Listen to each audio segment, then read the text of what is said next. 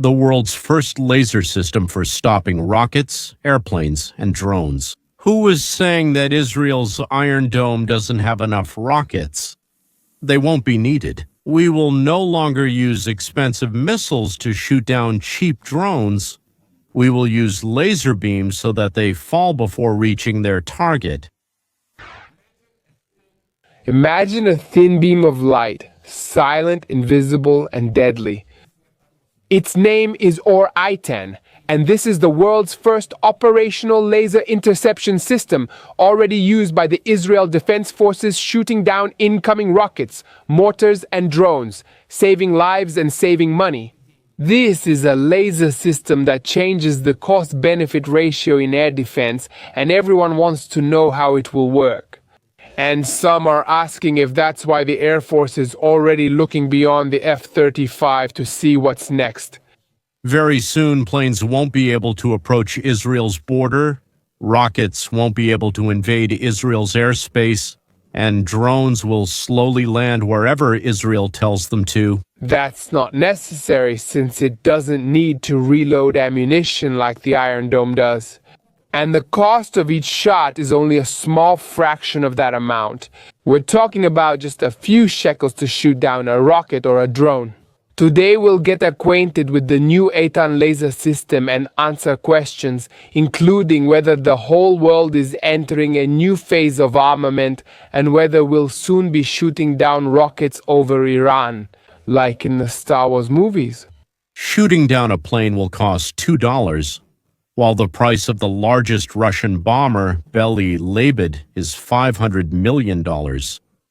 It's made at the Tupolev-Tupolevsky plant. By the way, in the United States, the B-2 Spirit is also inexpensive, not a cheap machine, $700 million, and shooting it down will also cost $2. Well, naturally, first you need to have the launcher, of course.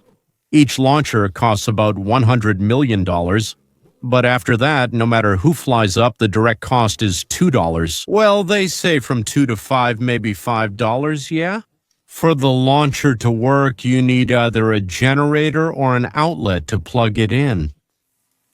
When I was in the 10th grade at the mathematics school at Leningrad University, one of my classmates named Iosif Osha Israelit now lives in Boston. He decided to build, as he said, a laser or a macer. I don't recall. He called it something like that while trying to make it run on gas. Anyway, I don't remember exactly. But also, since he single-handedly won the Interschool Olympiad, either in physics or mathematics, I can't remember now, competing against teams from 10 schools, he had, a green light at local government unit. Looking ahead, I'll say that a year later, during the exams at that same local government unit, he was given a grade for the essay or composition exam, probably a C, so that a person with such a last name, God forbid, wouldn't get into the university. But it cost those who gave him a C and didn't accept him, because another advanced mind left their dump. So Osha and I would take long walks from school. It was pretty far, at least 35-40 minutes walking along the Neva, and then across the bridge. We discussed his idea. I remember Osha was talking about operations on human organs, meaning its application in medicine. Yes, without having to cut a person open. Like, so to speak, we focus this very, hot spot, as he called it, and make the incision right there, so to speak. Right where the problem is, but I'm not sure that's possible. But I even managed to tell this idea to an academician of sciences, my father's boss, Voyachek. He was over 80. Back then in Russia, it was nearly impossible beyond ordinary life. He could barely walk along the embankment, so I was seeing him off as Oska and I walked the other way, and he was very interested in this very Oskins project. Unfortunately, Voyachek passed away soon, but Oska got interested in something else, like how to create fuel for interplanetary travel. And the laser wasn't built, but on the day he was telling me all this, I asked, what else can you do with this thing? I can't remember if it was a laser or maser, but I think he called it with an M, not an L. For some reason, that's what you can do with it. Oz poked his finger at a plane flying towards Pulkovo and said, well, if it's not too high, you can shoot down planes with it. And And we kind of moved on to something else after that interesting remark. Not even 60 years have passed. Oh my God, 60 years. How is the idea implemented? Actually, the brother of my other friend, Leon Kalfon, about 30, maybe 20 years ago, created a little device that could disrupt all the instruments on an airplane. So it seems that now these technologies have been combined and they've created this, let's say, cute little toy. As most people know, air defense and the ability to shoot down incoming weapons before they reach their targets and cause death and destruction is a very old concept. In the United States, this was clearly defined by national security policy during the administration of Ronald Reagan in the 1980s. And here in Israel, we also began to develop the tools and institutions that we would need to take part in these efforts. Around the same time, in this current war, Israel took technological weapons programs and hastily put them into use on the battlefield. By using real-world conditions to speed up the usual testing and integration process, which normally takes many years, the results speak for themselves, and the whole world is impressed by Israeli defense systems. Our friends are eager to learn more, while our common enemies are frantically trying to figure out how they can counter this latest revolution in armed conflict. Actually, it is a revolution. If you also add artificial intelligence for speed, then nothing even has time to enter Israel's airspace. Just as it approaches, it immediately gets shot down. Or in a quarter of a second, you shift it to the side, and the next one falls, and then the next one. You can't hit several targets at once. But if you detect them in advance, you can either have 4, 5, or 10 of these guns or move them as needed. As long as there's enough electricity, they'll fall by the dozens or hundreds. If someone sends hundreds, of course. It seems that if Iran spends all $150 billion that Obama gave them, then all $150 billion will end up in a graveyard of war-torn artifacts. Imagine for a moment that an aircraft worth tens of millions of dollars carrying missiles and bombs that cost millions more is flying at 40,000 feet close to the edge of space. Suddenly, without any warning from radar systems, the metal casing of the warhead of one of the missiles hanging under the wings of this aircraft starts to heat up, and within milliseconds the temperature becomes so high that it causes the explosives in the warheads to detonate, destroying the aircraft and ending the life of the pilot, who didn't even know the plane was under attack. Sounds like science fiction? Well, maybe, but some say it's just a preview of what war will look like in the next decade. Host Yale says we've only been shown the tip of the iceberg. Does this mean the end of humans piloting incredibly expensive planes armed with missiles and bombs? Let us know what you think. Or will it mean that in the future the only missiles that can break through air defense systems will be those flying at hypersonic speeds? Another question, won't war become so fast that people won't be able to keep up with it, and it will require the use of computers powered by artificial intelligence to track it? By the way, don't forget to click or hit the bell. It helps the channel grow. And one more thing. Our nonprofit gives everyone who donates more than $200 a tax deduction. But, of course, that's only for United States taxpayers. Maybe your kids could use it, your friends, acquaintances, business owners. Maybe they need a place to write something off, so we'll gladly accept it. Let them know. And now, back to lasers and the Jewish wars. And after that, we'll explain a bit about how it works and then reveal what the Eitan system, which is expected to be fully operational and in use at the beginning of 2026, can really change, first in the defense complex and later in offense. The Israeli Ministry of Defense and Rafael Company reported that during the Iron Swords War, dozens of laser interceptions were carried out for the first time. This is the first time, as far as I know, that an airborne defensive laser system has been used operationally in Israel and probably anywhere else in the world. So, the statement from the Ministry of Defense and Rafael Company surprised the entire industry because the Iron Beam laser system and its commissioning were only scheduled for the end of 2025. However, the operational interceptions reported this week by the Ministry of Defense and Rafael were not carried out by the Iron Beam system, but by another system with much lower power, from 10 to 30 kilowatts. So what makes this new system unique? It all comes down to one word, and that word is money. Currently, Israel intercepts short-range rockets using the Iron Dome system at a cost of $50,000 to $100,000 per interceptor. These interceptors are also used to destroy unmanned aerial vehicles. In addition, dozens of cruise missiles and UAVs launched from Iran and Yemen over the past 2 years have also been intercepted by air defense systems. And missiles launched from Israeli Air Force fighter jets, which cost millions of dollars for the missiles themselves, as well as for the aircraft and flight hours. Unlike these kinetic systems, interception using a laser is much cheaper, just a few dollars per activation.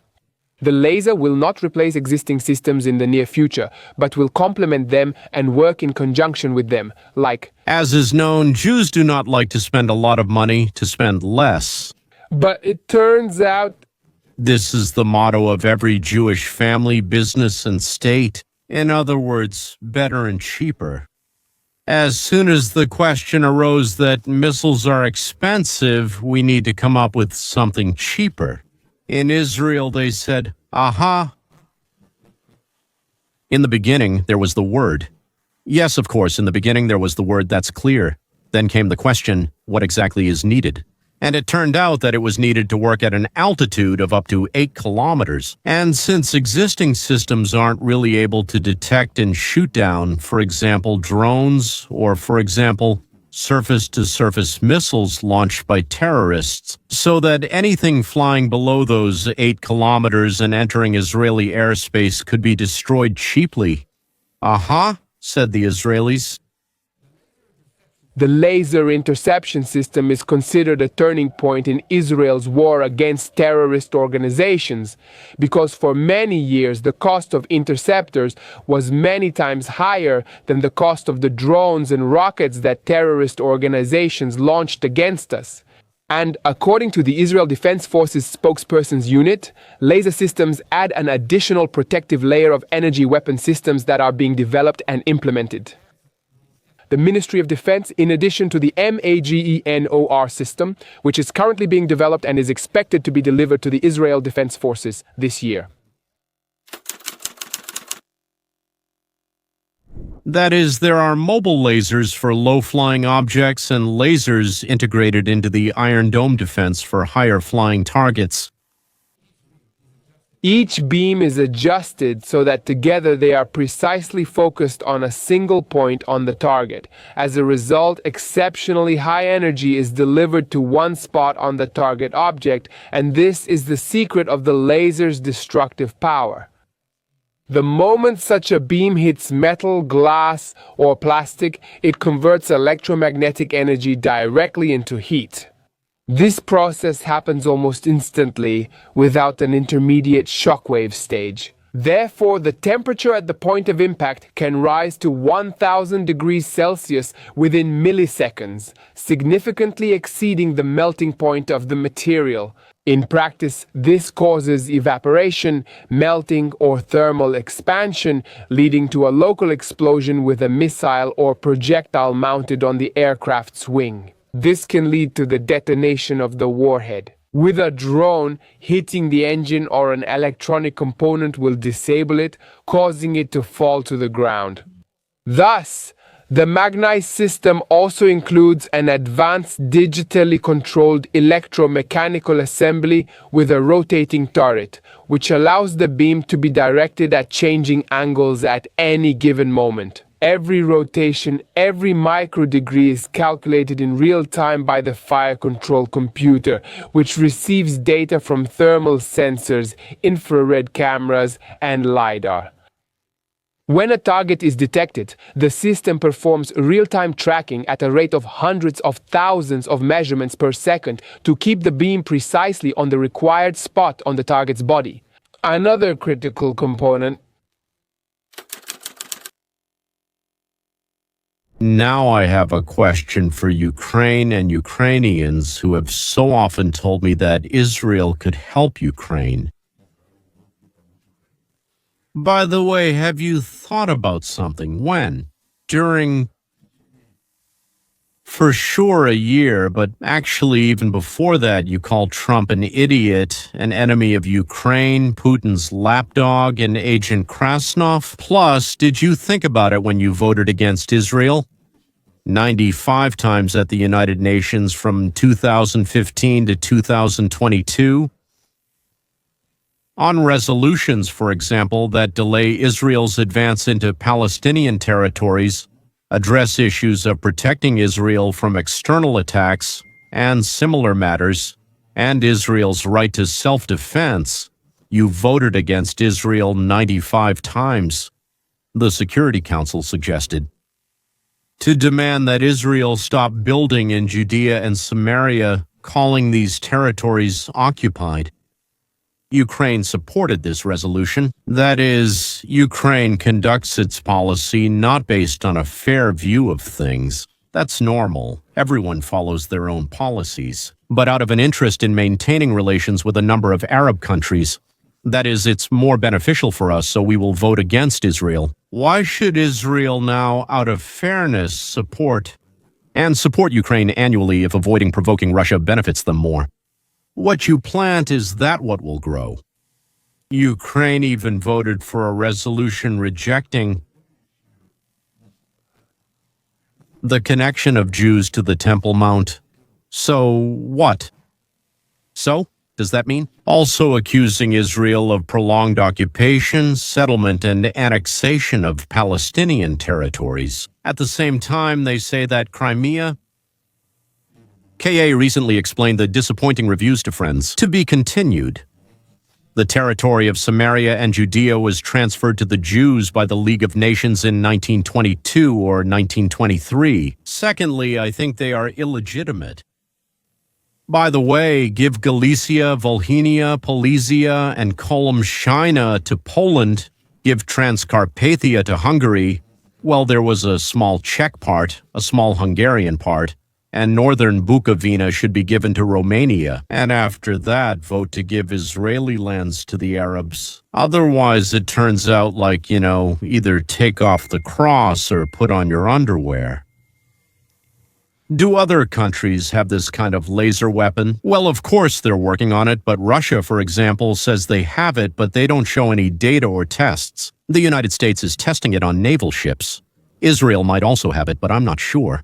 Japan, South Korea, and the United Kingdom report they are developing it at various stages. China has developed laser rifles and anti-drone systems, but so far no one has achieved results even close to those of Israel. And by the time they do, Israel will have taken another step forward. Ladies and gentlemen, how does little Israel outperform much larger countries? How is this possible? They have plenty of finances, territory, laboratories, and staff.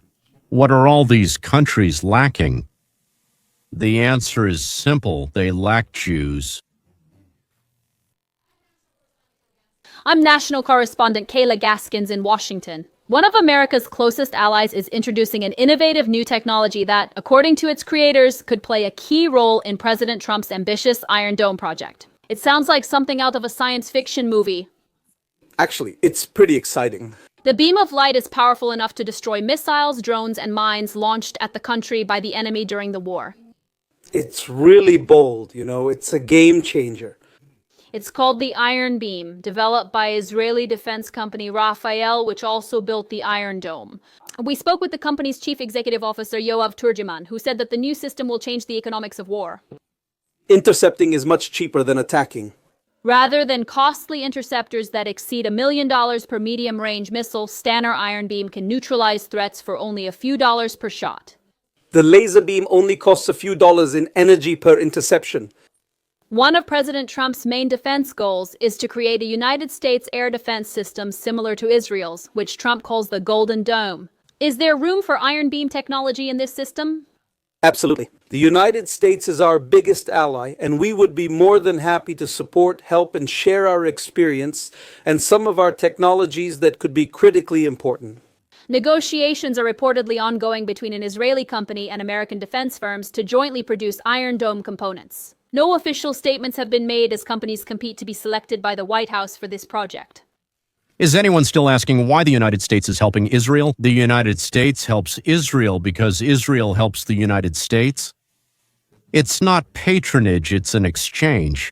Yes, it's true the United States is more powerful, bigger, and richer, but Israel is priceless as a laboratory for new ideas, discoveries, and technologies. Do you want to know what Israel has brought to the world in the last 25 years and first shared with the United States?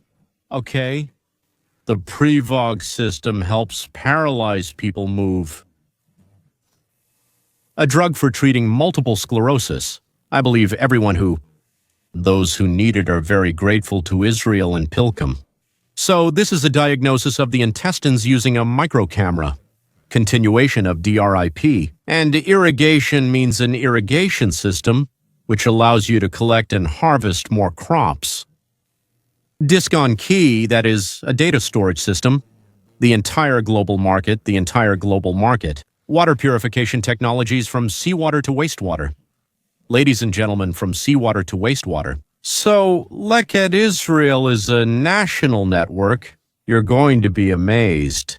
It's the National Food Rescue Network. It always bothered me that in restaurants and when I served in the army, a huge amount of food was thrown away. Someone else who also disliked it said, time to do something about this.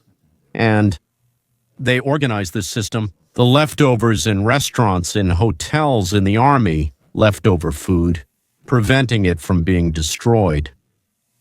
And they share it with the needy. Yes, this is the dream of all socialists, realized without socialism, based on pure capitalism. That's enough, I think. Although there are still about 300 discoveries and inventions that Israel has shared with the United States in civilian and military fields. Gentlemen, not using Jewish brains is a crime, or at the very least, foolishness. So I don't like to just talk, I like to back things up with facts. So let me give you a few interesting facts. 1290, England, the Jews were expelled. And in almost 20 years, it was severe recession and increasing debts. After 350 years, the Jews were asked to return in 1306. Then in 1934, the Jews were expelled from France twice. They started the expulsion, stopped, and then expelled the rest. An economic downturn started almost immediately the following year. Why? Because trade relations with distant foreign countries were lost. In general, trade relations with distant foreign countries were lost. 1492 Spain, then 10 years later, Portugal. I just don't remember about Portugal when exactly. There was an immediate and noticeable economic decline after the expulsion of the Jews. Also this very... Padishah devil. What's his name? He looked a lot like Bashmet. That's what they called him. Something like Bushmel II or Bashmet II. I apologize. When he learned Jews were being expelled from Spain after 100 years in Jewry, they sent a letter suggesting they might settle with him. He told his ministers, he had a cabinet, you know. He says, wait, they're expelling the Jews and want nothing for them. He says, no. Later, he tells him, send all the ships we have there, take as many Jews as possible, as many as you want. And on that same day, a decree was issued. If any Muslim touches a Jew, consider it as if he touched a member of my family. For 20 years the decree stood, and no one touched the Jews. Turkey flourished. Well, it was the Ottoman Empire. The Ottoman Empire simply flourished. What was his name? Bushmeta. Not Bushmeta, but the second one is definitely Bakhmat.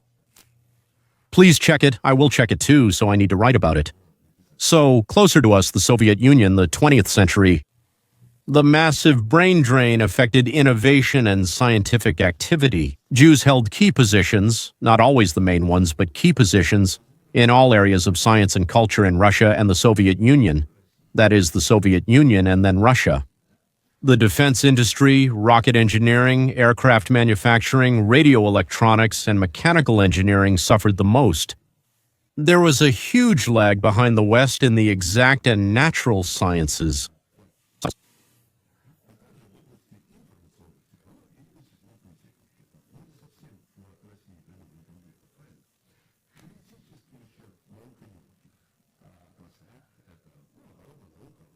Welcome to our channel Abroad, Medicines from Abroad, and so on and so on.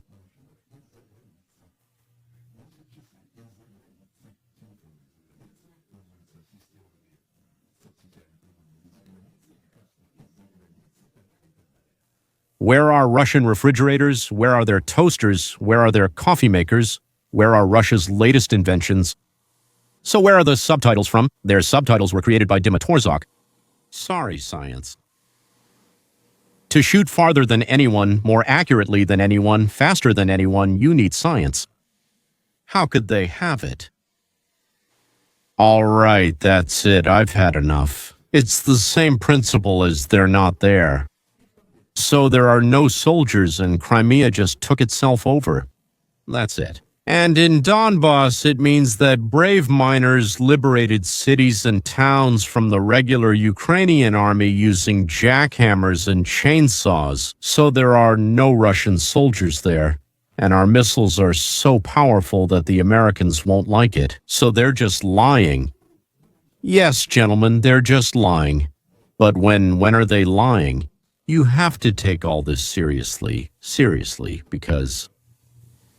Always take your opponent seriously, especially when he threatens you. That's all, gentlemen. Once again, hit the bell and once again, share this with your friends and recommend it. Goodbye, until next time.